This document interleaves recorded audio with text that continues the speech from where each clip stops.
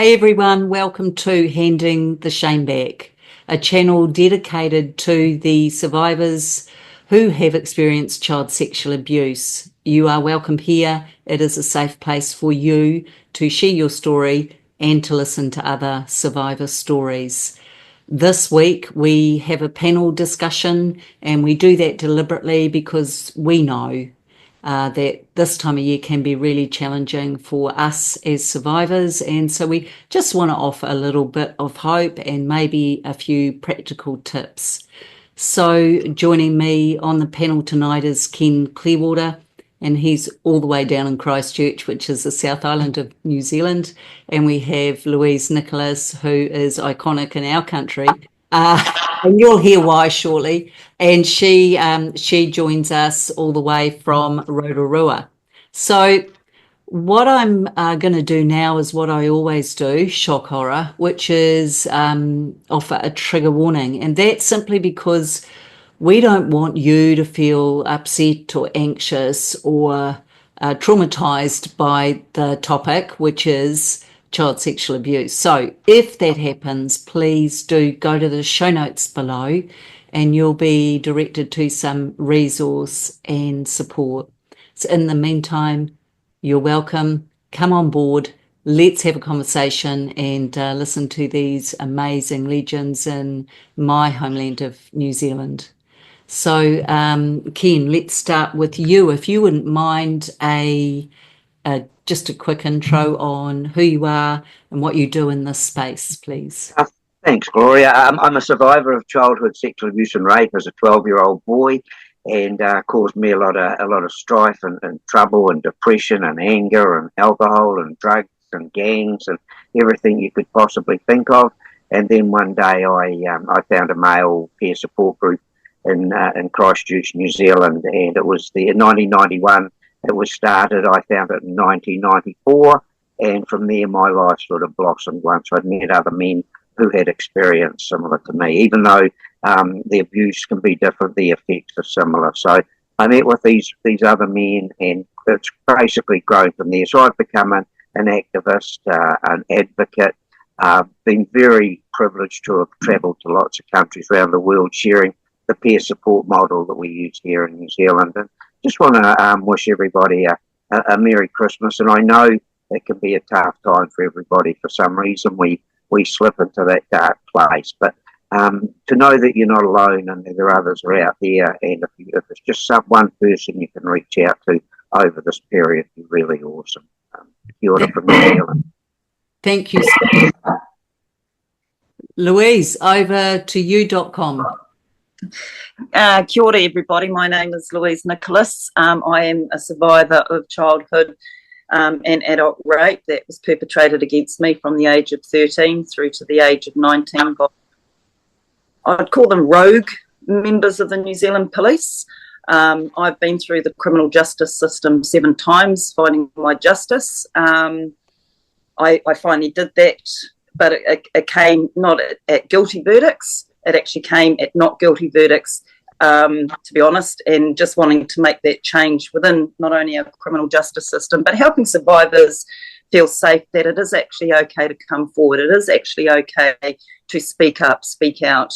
But for me, it's also having the right support around you as well and being able to do that. So that is why we now have the Louise Nicholas Trust, where Ken Clearwater is actually one of our board members, and the trust is all about ensuring that survivors of sexual violence, regardless of age, gender, sexual orientation, whatever, have that safe person or people walking beside them through the justice system, but also just to be that person that has that understanding about the impacts of sexual violence. And, at the end of the day, we can never change what has happened. And I always say to our survivors, you know what, it's okay to look back in order to understand why you keep moving forward.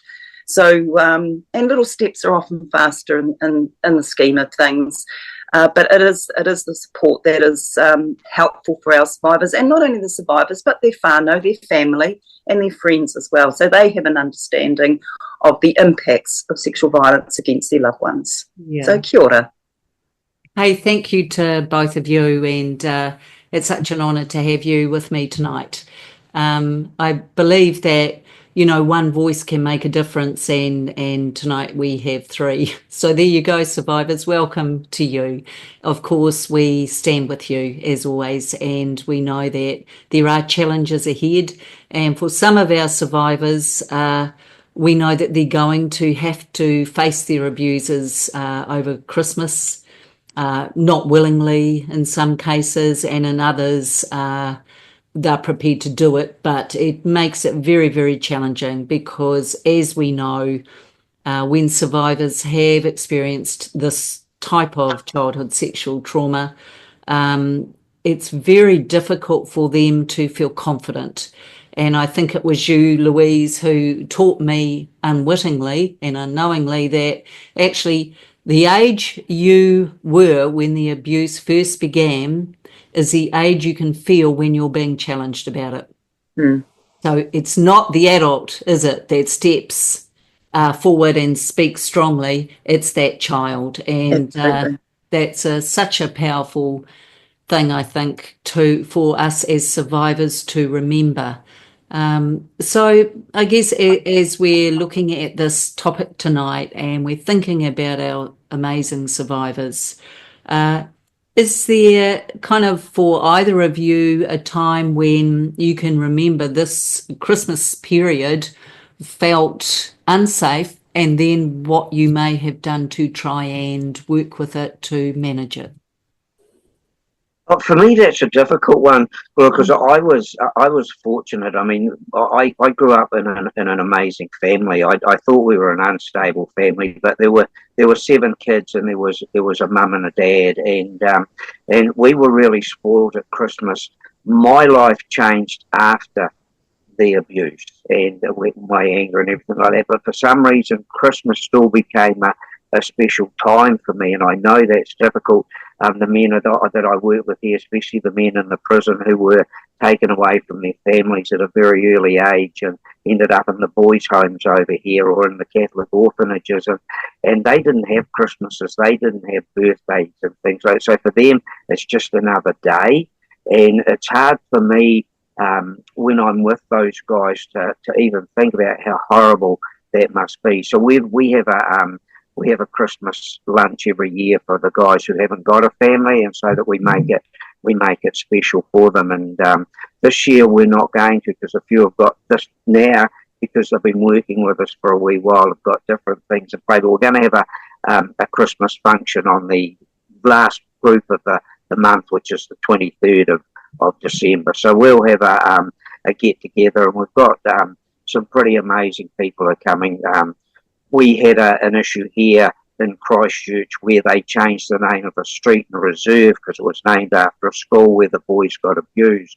So we've invited the councillors who helped change that. We've invited the police officer that was involved in the St John of God case, and a reporter that we've got really friendly with who does amazing stuff for us here. So we're bringing all the survivors together and most of them don't have a family, and they can reconnect with those guys. We're hoping that will help them through this really difficult time.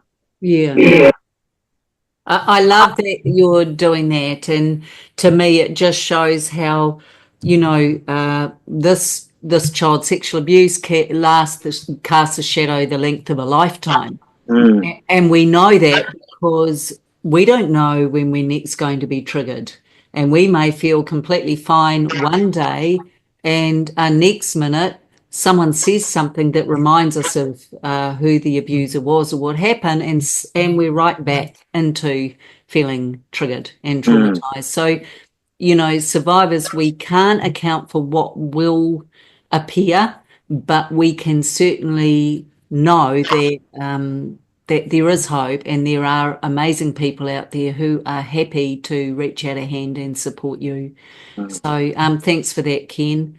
Lou, can you think of a time where perhaps Christmas or a holiday season felt difficult, and what you may have done to try and manage it or cope with it?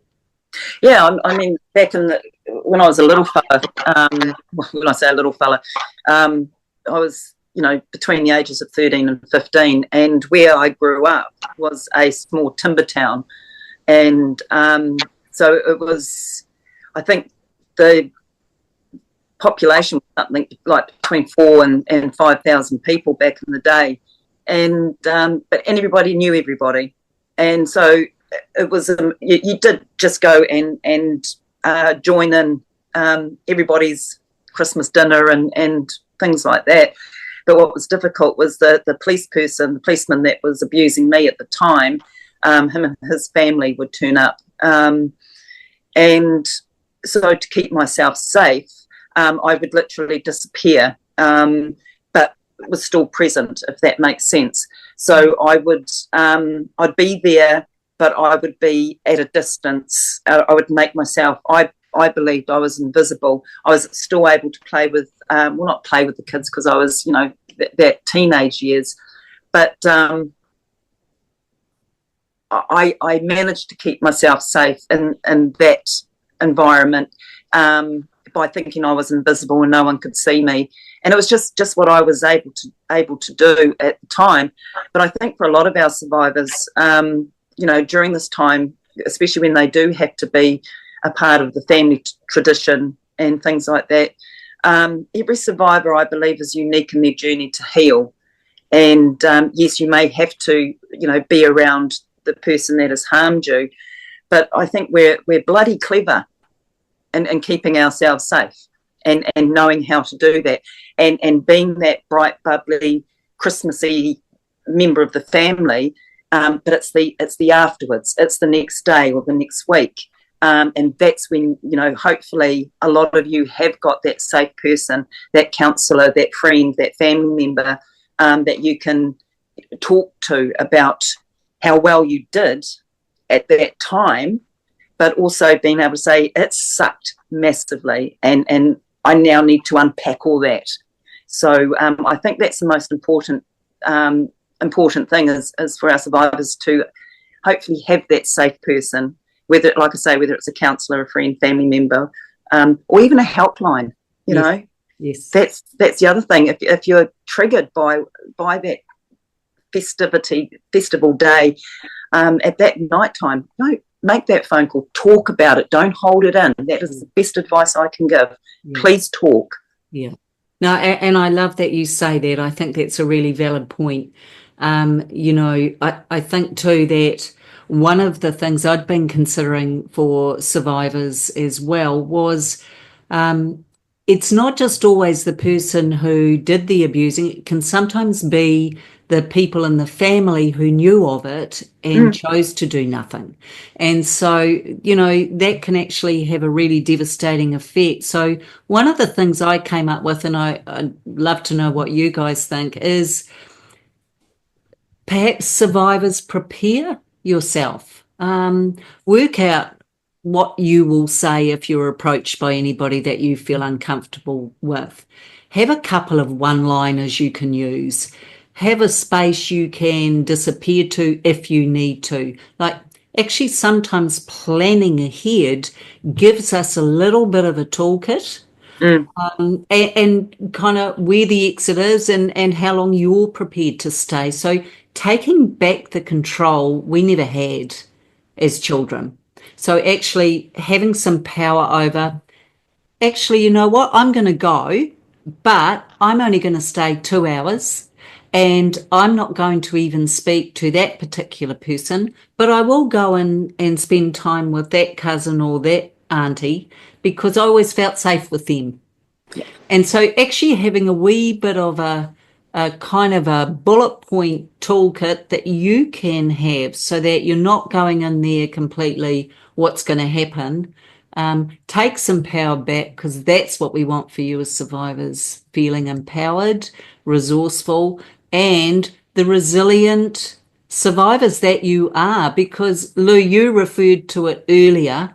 The skills we actually learnt, the life skills we have because of what we went through and how we had to overcome phenomenal. Yeah, true that. Absolutely. It's amazing what we learnt and how we utilised the tools that we had at the time. Whether it was becoming invisible or conversations that, like you say, you hi and then you disappear. At least you did that. Yes. And so, no, you're right. Absolutely right. We are unique and we are very, very clever. Because why? We're still here today. Yeah, and I think the plan is a really excellent idea, Gloria, to have something in your mind before you go, even if you write something on a wee card and have it in your pocket, because we know, as we spoke about right at the beginning of this, the moment we get triggered, we're going to shoot straight back to that little child. And the sad part about that, it's Christmas time when a child should be having lots of fun. So it's okay to be the wee child in that room with with all the gifts and the tree and the decorations and stuff, and enjoy that moment. But just remember that little card that you've got, whatever you've got in your pocket for your safety plan is there, that yes, you're going to slip back into that childhood. Enjoy the childhood with the Christmas tree, but remember when you're dealing with the adults that you are that adult now, and you have got that power to go forward. And it's easier said than done, but it's good to practice. And I think what you said, Gloria, is have that plan, and that's really important, because I know anxiety's massive. And even in the group or anything, like, say, right, who suffers with anxiety? Everyone puts their hand up. So it's about, how do we deal with that anxiety at that moment in time? And then when you leave, work out how you handled it, so that each time that you get into a position like that, you think, hold on, I've handled this situation before and I've handled it well. So it's about learning as we go through. Yeah. And, Lou, just coming to you a little bit on this, the other thought I had too was, maybe of the people that are going to be at that event on Christmas Day or whenever it is, actually choosing one person you feel safe enough with to give them a heads up about, can you and I have a chat before that day, please? I may need to talk to you. I may need to ask for 5 minutes of your time while we're there. Can we, so that we have perhaps people who are on the ground, boots on the ground, that will be keeping an eye out for us. Because what is the biggest hallmark of child sexual abuse? We went through it alone. Yeah, and no, I agree. If you've got that safe person, but I think it's a conversation, like you say, that needs to be had well before the actual day, but for that person, it's not about that person protecting you, or how can I put it, arming themselves so that it's like Sylvester Stallone there with his AK-47 and sort of thing. It's not about that. It's just like signs, if you scratch your eyes out, scratch your eyes or whatever, then it's a sign. Okay, I'm uncomfortable. Can we just go and move away to another room or outside or something like that? So it's not just your own plan, but it's a collective plan with that trustful person. But also, I think too that yes, it's a difficult situation to be in, especially if it's a family member who's done the harm, and like I say, everybody knows about it and no one's done anything about it. But if you don't actually want to go, don't go. If you want to go to a friend's house, if you've been invited to a friend's house, go to a friend's house. If you've been invited somewhere else, or if you just want to be at home alone, that's okay. Don't feel that you need to go because it's a family occasion. It's about keeping yourself safe. And if you don't think you can do that, then don't go. And that's okay. Love it. Yeah. It's kind of like, don't beat yourself up about it because mum or uncle or auntie, nana or granddad said, you have to come because this is the family tradition. And if you say, well, it's about taking back that power and having control over it and saying, well, actually, I'm not really comfortable. I don't want to do this, and I'm okay with that. If you're not, that's your stuff. You carry it. I'm not. Yeah. And it's just little things like that actually empower. Yeah, I love that, and a really powerful point because, sometimes again as we talk about a Christmas thing where there's family members or people who knew what was happening and did nothing, we can become destabilized. It is hard to stay regulated. Ken, you mentioned anxiety before.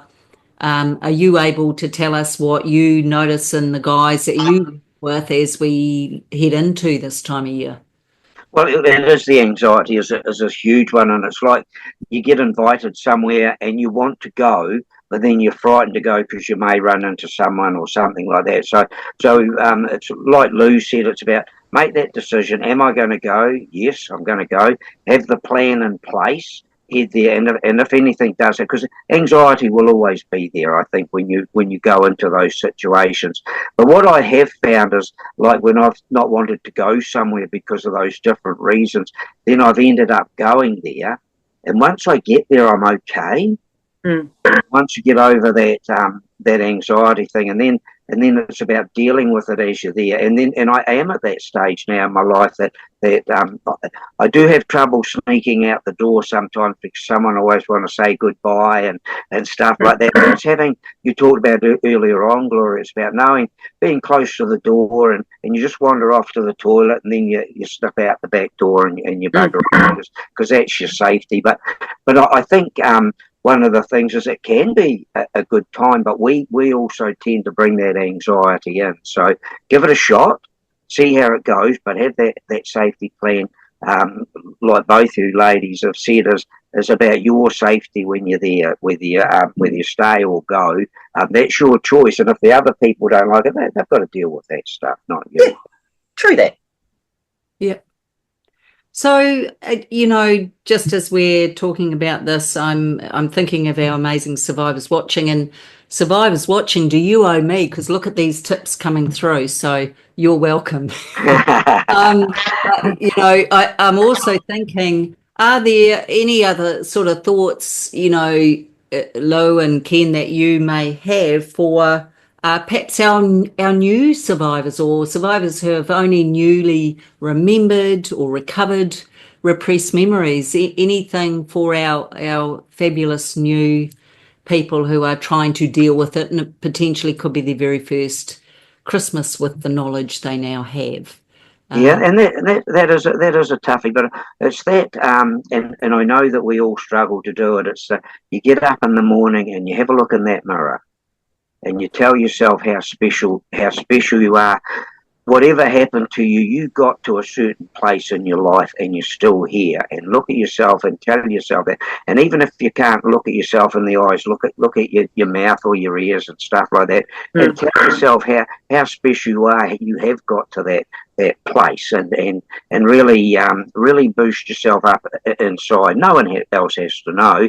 But I just had a thought. I've just bought, and I know that my granddaughter won't be watching this, but I bought a laughing box today at the Christmas store. You press the button and it starts giggling, and you can't help but not laugh. So take it along, have it in your pocket. And the moment you're feeling a bit stressed, put it on the side, push the button, everyone will start laughing and sneak out the back door.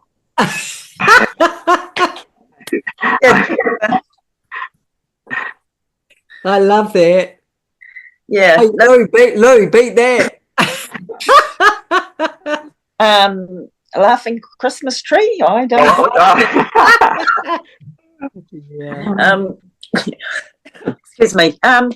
Yeah, but for that journey where, I mean, for a lot of our survivors, and as we, our new survivors, have they even disclosed yet?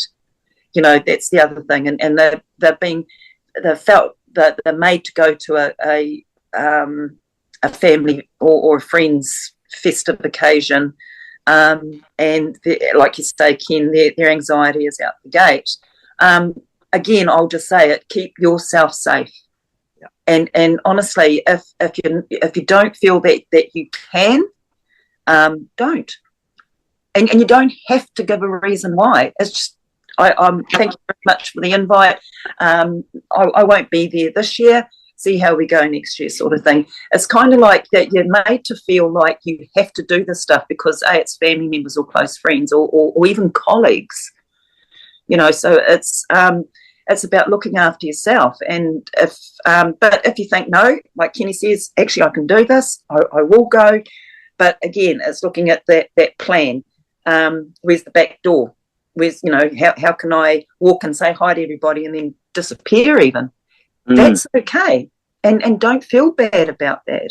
If you're there 5 minutes, you're there 5 minutes. Yeah. You've made the effort. And that's a huge step for yourself. If you're there 5 hours, well done.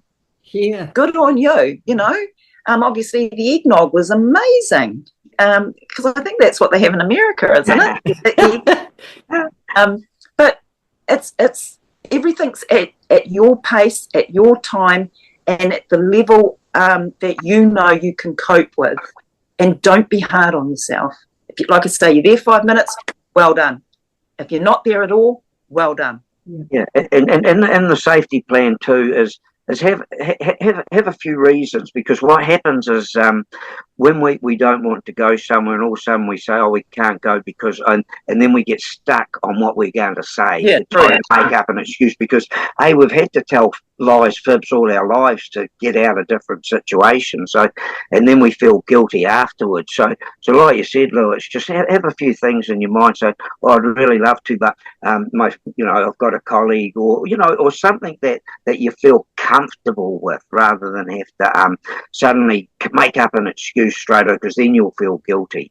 Rather than or even when you turn up, say, hey, it's really neat to be here. I've got a half an hour because I've got some other friends or a colleague or someone coming round or something like that. So you give yourself that reason to leave after you've been there for a wee while. But like you said, Gloria, it's important to have that in a plan, because if we have to do it all of a sudden, then we feel guilty when we come up with something like that, which we shouldn't have to. But it's but we do, yeah.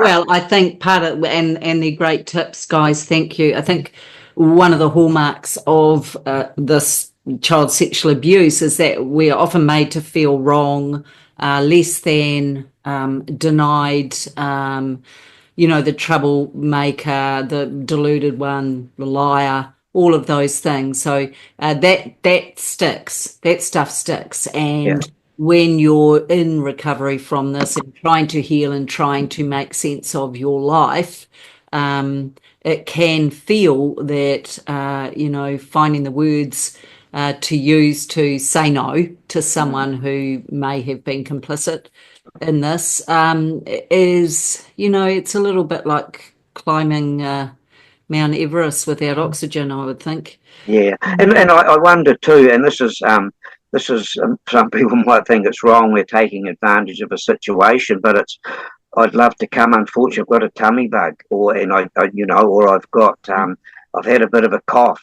and I just don't want anybody else to get it. I think we're in a position now where we're able to, where people accept and understand. Whereas once upon a time, if you rang up work and says, I can't come in because I'm not well, it was, oh yeah, of course you're not, or something, whereas now you can say, oh, look, I feel awful, I've got a wee bit of a tummy bug and I don't want anyone else to get it, especially at this time of the year. So use what you need to or what you have to, because just remember this, survivors, the lies and the cover up and the absolute evilness of the adults that chose to do what they did is nothing compared to a few white lies here and there that we may need to protect ourselves. Protect ourselves. Absolutely. Yeah.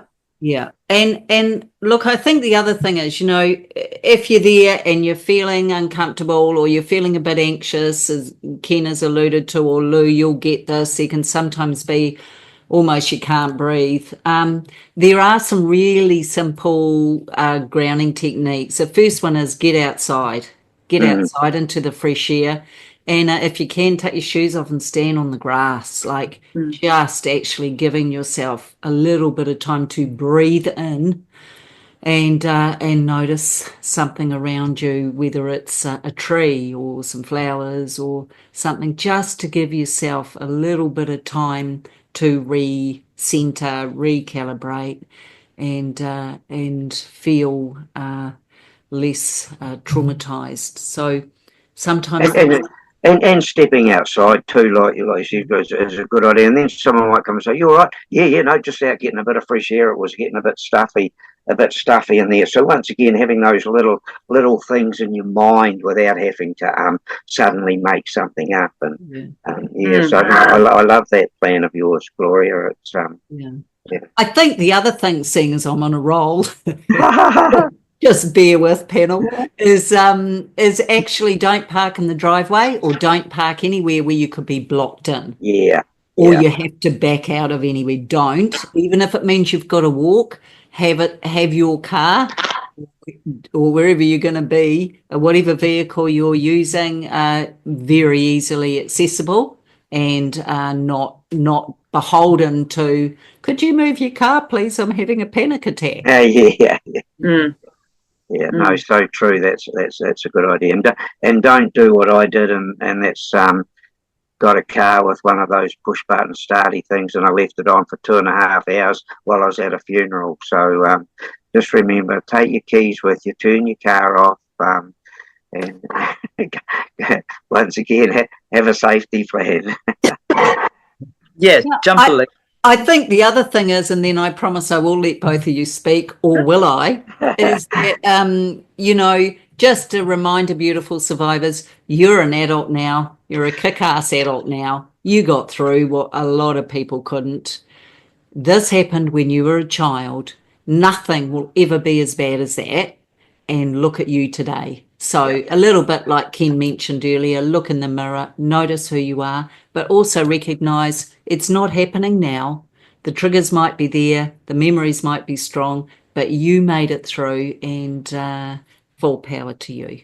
And I think, like my friend Hans, a survivor here in Christchurch, he wears he's got a Superman top that he wears. So go out, get yourself a Superman T-shirt and put it on under your gear, and just remember that you've come a long way. And it's special to remind ourselves that we have come a long way.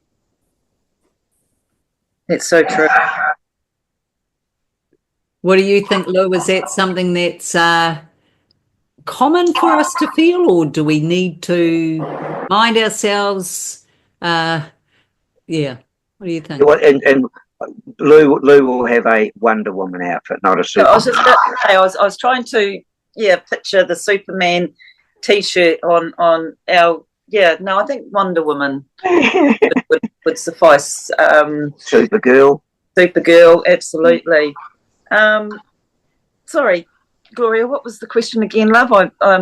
There was a bit of a noise out the window there. I was about to yell out to my son to zip it. Oh, well, I was just about to tell Ken to zip it so you could speak. No.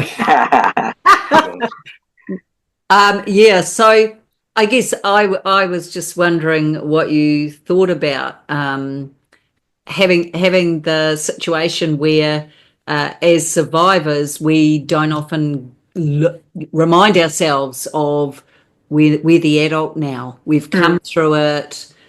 It's never going to be anything like it was. The memories may feel strong, the triggers may be there, but we're not the child anymore. So I was wondering what thoughts you may have around. And absolutely get that, and I hope our survivors understand it. But like I say, we're all unique. But I think for adults as child sexual abuse survivors. What we do see is in those triggering moments is reverting back to that little boy or that little girl, and it's putting the tools in the toolbox to identify that's actually what's happened, and how do I become that adult again. Like the court work we do, and as an example, today this week we've got a 40-year-old woman who was sexually abused by her stepfather at a young age. Giving her evidence, you could see her revert back to that little girl. And that's powerful, because that little girl's voice came through her evidence. That is amazing. That's so powerful. And here in New Zealand, for amazing women like that, we call them wahine toa. They're just this amazing, strong woman whose voice was finally heard, but it wasn't the adult voice. It was that little girl. And so I think for our survivors who, you know, are now the adults, remember, it's, you know, if we go back because we're triggered and we're, you know, as little fellas, and remembering what happened, especially around that Christmas time, or you're with the person that harmed you, just be mindful of that. And I think, you know, especially if you're in counselling or you're getting therapy of some sort, have that conversation with your therapist or your counsellor about, hey, we've got this family event or work due or whatever. I just need to know how to cope with this, because I know that my anxiety may take me back to that little person. So it's never, don't ever be afraid to ask for help. But it's not so much help; it's more like advice. You know, that's the big one, and it's that advice from those that know and had the understanding of what you're going through or what you could go through, and at times like this. You know, it's okay to put your hand up and say, oh, I'm struggling here a wee bit. I'm not quite sure what to do. It's okay to ask. Yeah.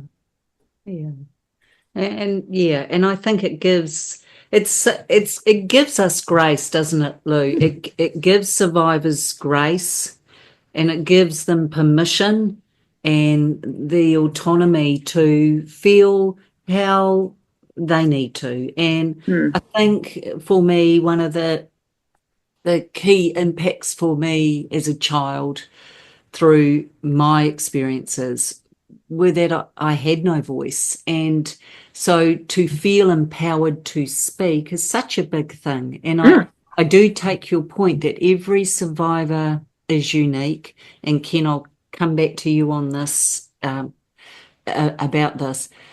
So there are people out there who do try and push survivors to speak.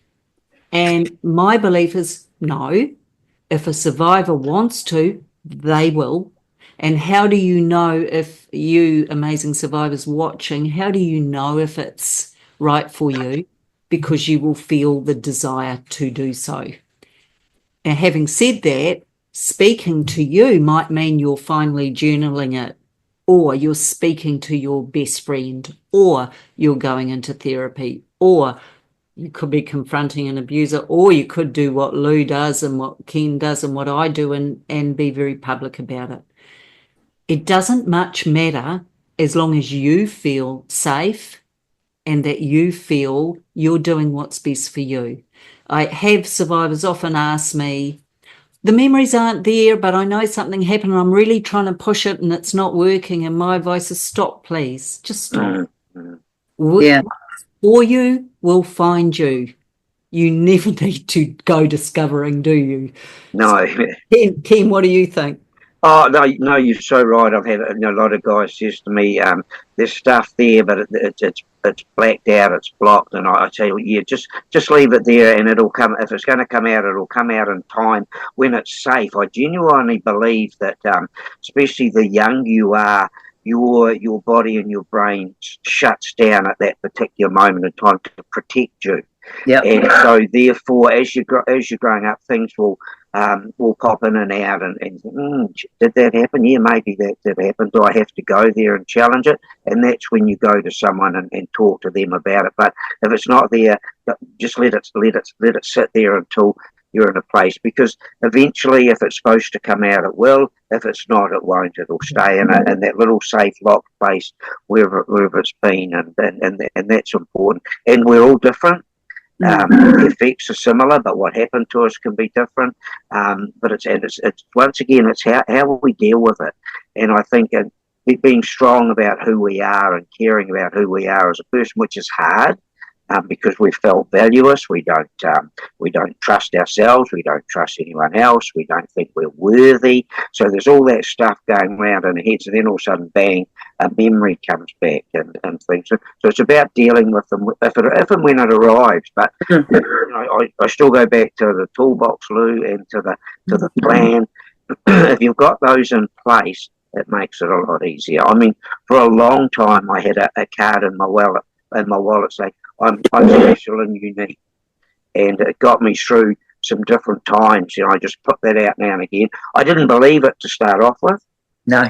After a while, it started. Yeah, I am. I've got to the stage of my life when even my probation officer, when I was 14, said if I carried on the way I was going, I wouldn't see my 19th birthday. So just little memories like that of people telling me I wouldn't get to certain stages in my life, and grab hold of the good parts and use them as your motivator to go forward.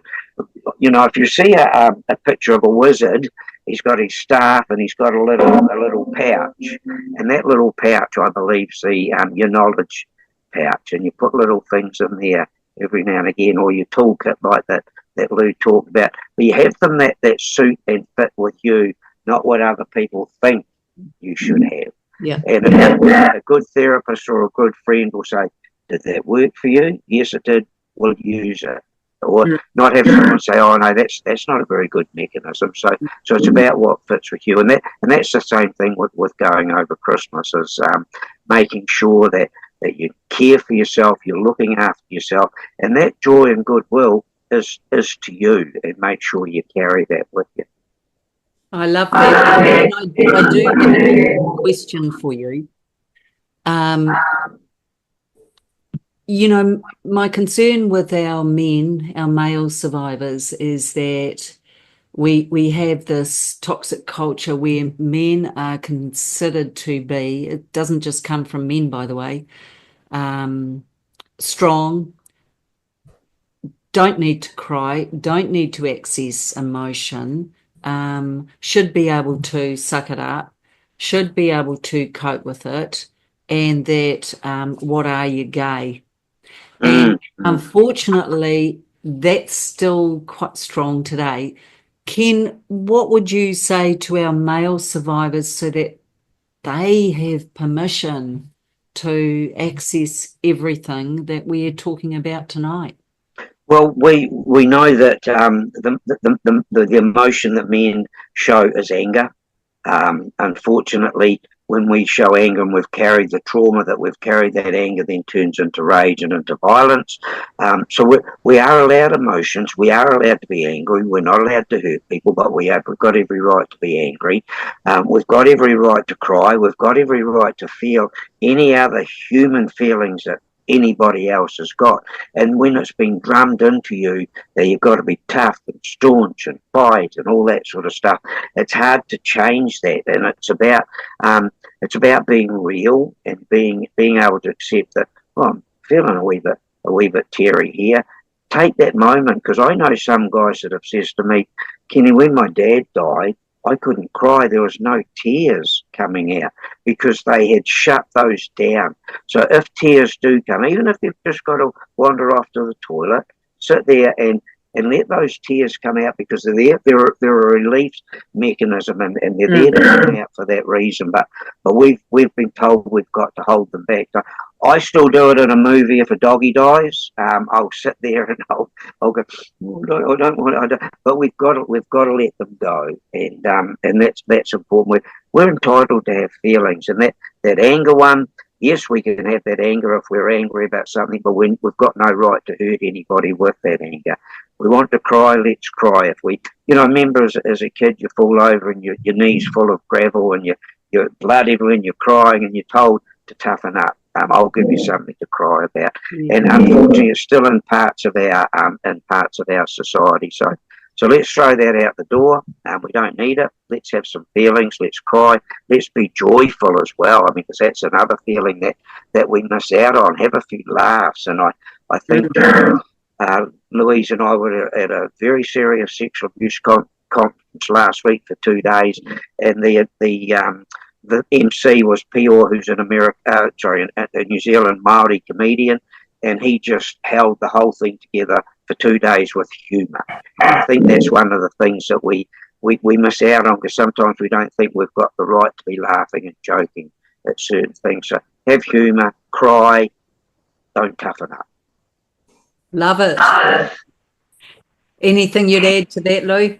Oh no, I think Kenny's put it in the nutshell, to be honest, and he's dead right. And it's really sad, when you are supporting male survivors, and even in the courts, they're still wanting to be this staunch, tough. I've got this sort of thing. But by the end of it, it's the relief, and it's like we've given them permission to show emotion. It's okay, and they've done it in a safe place. And for those that we have supported, they've never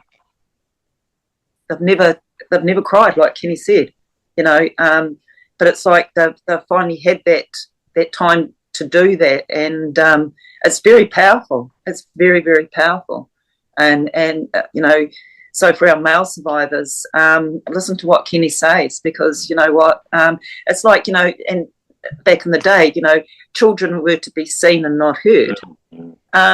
Yeah, well, let's kick that one to the curb as well, because that's the problem, especially back in the day, or even, I guess, today. Children to be seen and not heard. Well, we actually want to hear our kids, and we want to see them. We want to make sure that they're safe. Yeah. And it's not about telling them to zip it and hang on a minute, I'm talking. It's about helping them understand that if there's an issue, you come and see me, and let's work it from there. So the messages Ken has put out for our male survivors is absolutely spot on. Well done. And I think when we talk about children being seen and not heard, that I call that our Westminster colonisation tick box system, where basically white children were chattel, whether you were a chattel. Indigenous tribes, the children were number one in an Indigenous tribe around the world, and they were the treasures, and they were the tonga, and they protected those children and listened to them. We've failed miserably as a white race, really, in the way we've treated our children, and that's why I believe we have so much horrendous abuse in the world. Yeah. And we also know Nelson Mandela stated that the culture of any country is defined by the way they treat its children. And so I think shame New Zealand, and for other countries as well, where these stats are prolific, and they're not going down, are they? So no. So we're not doing things to the best of our ability. And I think what angers me the most, and I think Kenny will agree with me on this one, is that it's always governments making decisions. Who's the best experts out there around family violence and sexual violence? Survivors. Aye. So I think that's the issue with most governments. Well, I know it is with this government here in New Zealand, with the abuse and care report and everything that came out. I mean, for Pete's sakes, not one survivor was a part of that, and that's where it's so wrong. The survivors are the experts. Yep. Yeah. Well, I think so. We've got the lived experience, we've got the knowledge, we know what would work to help prevention. But what we're missing, Lou, is people interested in hearing that. Especially people in power, because oppression is always better. And like I said the other day when I got interviewed yesterday on the radio in relation to that statement that Judith Collins made about survivors shouldn't have to lower their expectations. So we've always, victim survivors, we've been seen as second class citizens, and unfortunately we have allowed ourselves to sit in that place. But it's only now that the survivors say, "Oh, hold on a minute, no, I'm not a second-class citizen. I know what's best for my journey. I know where I need to be in my life, and I know that I can help others by doing this." And I think that's, and I just believe 2025 is going to be a huge year for survivors in this country. Yeah. So look, just as we're wrapping up, guys, are there any kind of last words you would like to share with our amazing survivor community who are all over the world? We're now in 90 countries. Any last words of wisdom, please? Oh gosh, I do hope that you find, the Christmas spirit. I do hope that you have that joyous time with your families. and a few tears here, because please don't let what happened to you define you, okay? Be the person you know you can be and who you are. You are special to this world. And I'm so sorry that bad stuff has happened, but don't let it define who you are and who you will be. And you're, like we say here, amazing wahine toa. You are that strong survivor. And kia kaha. Merry Christmas to you all, and go well. Yeah, and to our survivors out there around the world, we've got to get together. We've got to strengthen. We've got to stand together. And Gloria says it all the time, and we do too. Is you're not alone, because sometimes you do. And I remember Ian, who started the male survivor movement here in 1991 in New Zealand. He said, "I can be in a room of 300 people, but I'm lonely." And so it's about, we have to take ourselves out of that loneliness place, meet the people that we can really get on with and enjoy. And for those who enjoy Christmas, really enjoy it. For those who struggle, just remember that we are always here to support you. So Merry Christmas and enjoy your life. And as Lou says, kia kaha, which in Māori is stay strong. Kia ora. Hey, thank you. Thanks, Ken and Louise. Thank you for your wisdom and for your heartfelt sharing of ideas. I think that's going to help our amazing survivor family. Please stay right there. So, you know, survivors, there's lots to be grateful for. There's lots to be happy about. You're here. You made it through. We stand with you. You know, as I always say, I stand beside you. I believe you. And we are here for you. You are never alone. So in the spirit of that, have the best Christmas. If you need to buy that laughing machine, go for it. If you need a Wonder Woman outfit or a Superman outfit, hit Louise up. No, just so Merry Christmas to all of you. We love you. We see you. We're with you. Bye. Bye.